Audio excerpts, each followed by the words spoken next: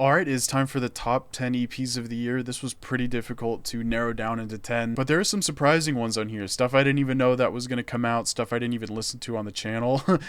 So yeah, this should be pretty interesting to go over. Also in the description, I have a list of every album I listened to this year and every EP I listened to this year. Just if you wanted to see everything that I listened to, it includes things that I didn't listen to on the channel as well. But yeah, let's just get into it. Number 10.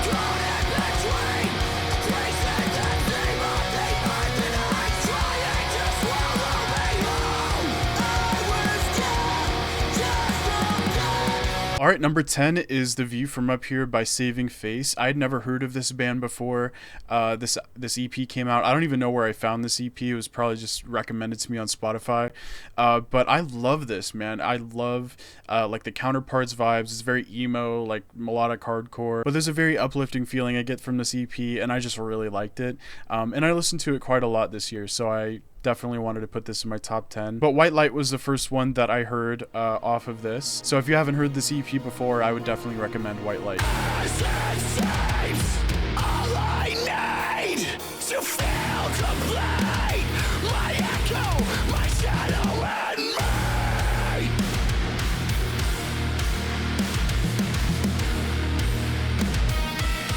Yeah, Kingdom of Giants went off with this EP. Incredible production, great use of like synth, really cool guitar tone, vocals already, you know, Kingdom of Giants, they're always going to have incredible vocals. But I loved like the dark synthy atmosphere to a lot of these songs, especially the first one, Tune Me Out. Collide is really good as well, Digital Hell. And I believe this was like a part 2 to their last EP that came out last year. Called Bleeding Star, and I think I still like that one a little bit more, but this one I like 2 or 3 of the songs so much that it might be a little bit better. Like it might be because I like it so much. Just this one has a darker, synthier mood to it than Bleeding Star did. But overall, I'm gonna say Bleeding Star is a little bit better. But this was a very good EP still, and yeah, definitely deserves a spot in this list.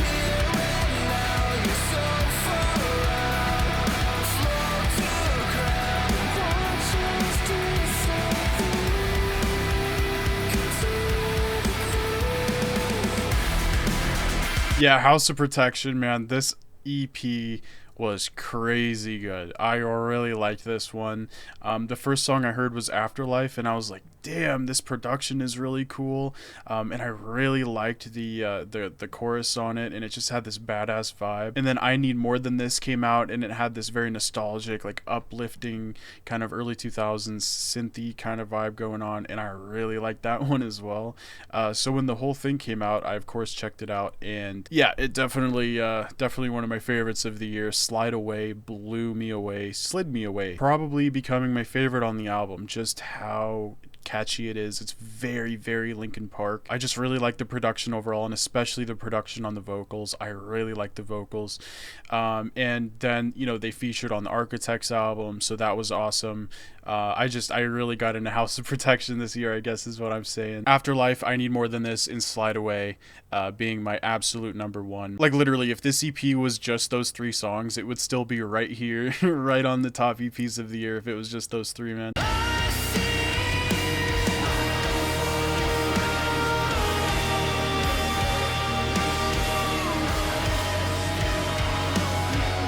Yeah, this EP was truly stunning. I mean, like The Fourth Wall alone was just, it blew me away. The first time I heard it, I was like, that was beautiful, but as I listened to it more and it grew on me, and especially once this EP dropped and I listened to the full thing start to finish, I was like, holy shit, this is just gorgeous. Yeah, this was just an incredible EP. Metal Burb asked me to check out Like the Fourth Wall. I honestly don't know if I would have found this if he didn't ask me to do that, so thank you. I mean, there are other reactions to it. I might have saw somebody else's video and listened to it on my own time, but I don't think I would have made videos on it. But anyway, I don't know. This was a very, very good EP, and I cannot wait for the second half. There's apparently going to be a Prismer 2, and it's just going to perfectly transition to it next year, I think is what it said, something like that. So I cannot wait for that. I'm definitely going to be checking that out. I mean, damn, this is going to be an album. Like, when I listen to this, I think I said I want this to be an album. and the way it cut off at the end of Prismer 1 made me think it was gonna go into another song. It's gonna be a masterpiece. Listening to these two EPs back to back, I already know. So I cannot wait to hear that when it drops. But yeah, this was just a stunning EP. Absolutely beautiful.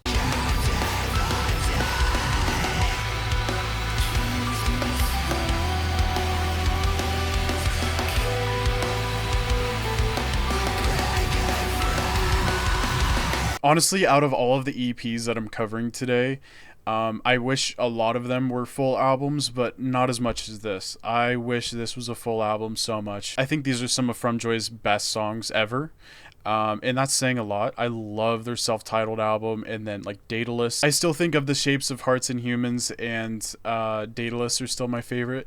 But these three songs, man, oh my god, these are like their best songs ever. All three of them, absolute perfection. I don't even know what else to say about it. There's genuinely nothing else to say. This is one of my favorite bands that I've found on the channel. I think I found them in 2023. It was probably 2024 actually, because I think I was a little late to the self-titled album. But yeah, this self-titled album, I was like, damn, this blew me away. It's like perfect. This is what I wanted. The amount of atmosphere, the like shoegaze kind of thing going on, but it's still really heavy. There's hardcore breakdowns. There's a bunch of synth. I absolutely loved their sound from the beginning. It's just really dreamy. There's something like nostalgic about it, but it's also like dark. The first time I heard the band, I was like, damn, this is like made for me. You know what I mean? So yeah, this was just such a good EP. I got like Thornhill vibes from Monochrome as well, so that's always a good thing. But yeah, I don't even know what else to say about this one. Definitely listen to Monochrome if you haven't checked this out before.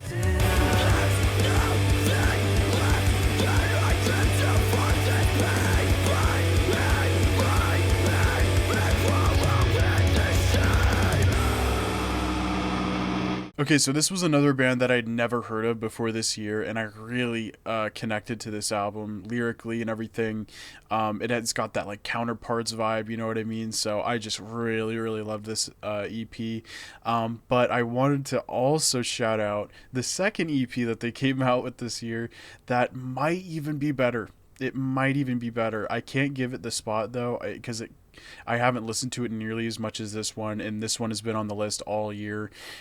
So I just wanted to give it a shout out, but it honestly might even be better. It is. But the second EP is called You for Life, and Candlelight off of that EP is absolutely stunning. I mean, holy shit. But yeah, What Is It Like is a really good EP as well, obviously. Seconds of Life is such a good song. And then Bathe in Blood, damn. These guys are super, like, they could be super emo, like Counterparts, post-hardcore, melodic, but then they can get super fucking heavy too, like very heavy, super punchy breakdowns. I mean, it's a very good sound, and they changed up the sound a little bit. The production's a little bit better on the second EP. The first one sounded really good, but it's like I could tell that there's like maybe some more budget behind it. I'm not sure, but it sounds a little bit better production wise. They change. There's a little more atmosphere maybe. And yeah, I'm very excited to see where this band goes in the future, because they're definitely one of my favorites that I found this year. I hear your voice in the afterglow. Such a dissonant noise.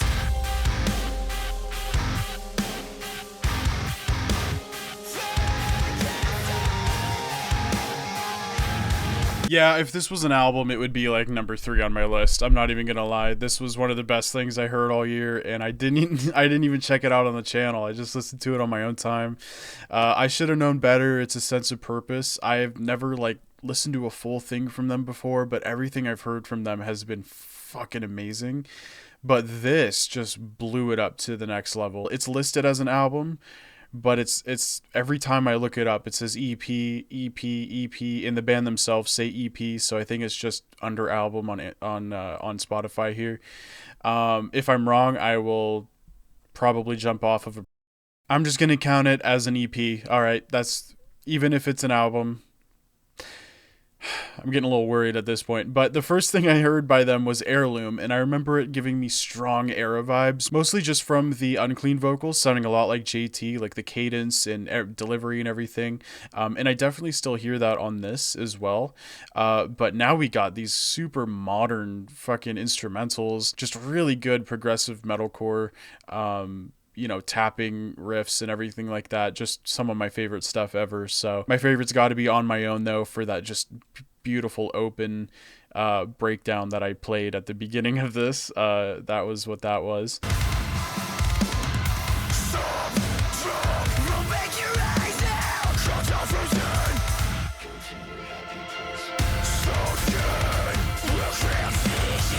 Okay, this is another that is technically an album on Spotify, but everywhere I look it up, it says EP. So I'm just treating it as an EP. I don't know, fuck. But no, this was an incredible release, like really, really good. Red Phantom, Counting Sheep, Poison Dart Frog, Letting Go, they're all so fucking good. And then that Chapter 2 EP came out as well, which was fantastic. But this just blew me away. It was the first time I ever heard of this band, first thing I ever heard from them. Tons of like Ollie Sykes, Bring Me the Horizon influence clearly in the vocals, but you also got really good lows and highs and clean vocals and just super progressive metalcore instrumentals, incredible production and guitar playing as well, like really good tapping and stuff. I've listened to it all year. It was one of the first things that I listened to. It came out January 2nd, 2025. And I remember listening to it being like, this is one of the first things I'm listening to all year. And literally right after listening to it, it was one of the first things I put up on the top list. And I was like, let's see if it makes it to the end of the year. But I think I have one that's going to make it right here already on January 2nd. And I did. I've seen a lot of people talking about Midwinter, but not enough. I feel like this band's going to blow up even more. They're a newer band and they're blending Invent Animate stuff with Bring Me the Horizon stuff, and it's just a perfect mix. It's what I've dreamed of like making in my mind. It's probably kind of similar to what I would make if I was talented at instruments, if I could play the guitar well. But yeah, Red Phantom, Counting Sheep, and Poison Dart Frog are probably the three that I would recommend. But honestly, it's a very short release, only 24 minutes, and every song on here is worth listening to. So yeah, definitely check it out. And one of them is a kind of interlude type song. So.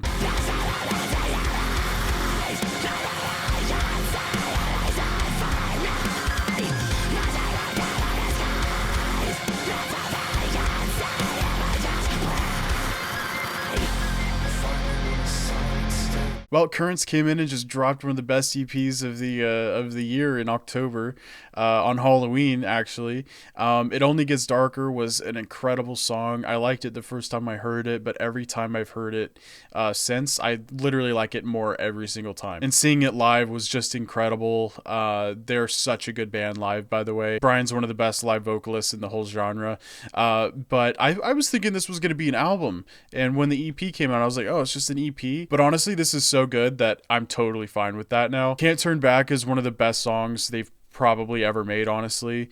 Like genuinely one of the best songs I've ever heard from the band, and I love this band. My favorite album from them is The Place I Feel Safest, so for a brand new song from them to be like my favorite, one of my favorites I've heard from the band is crazy. But there were a lot of moments on this EP that really reminded me of like I Let the Devil In, that other EP, the last EP they made.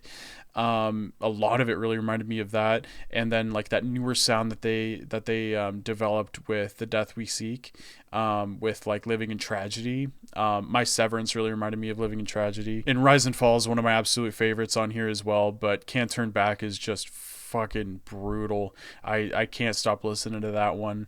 But yeah, I'm sure everyone's listened to this EP already, but It Only Gets Darker and Can't Turn Back, definitely at least check those out. Absolutely incredible, man.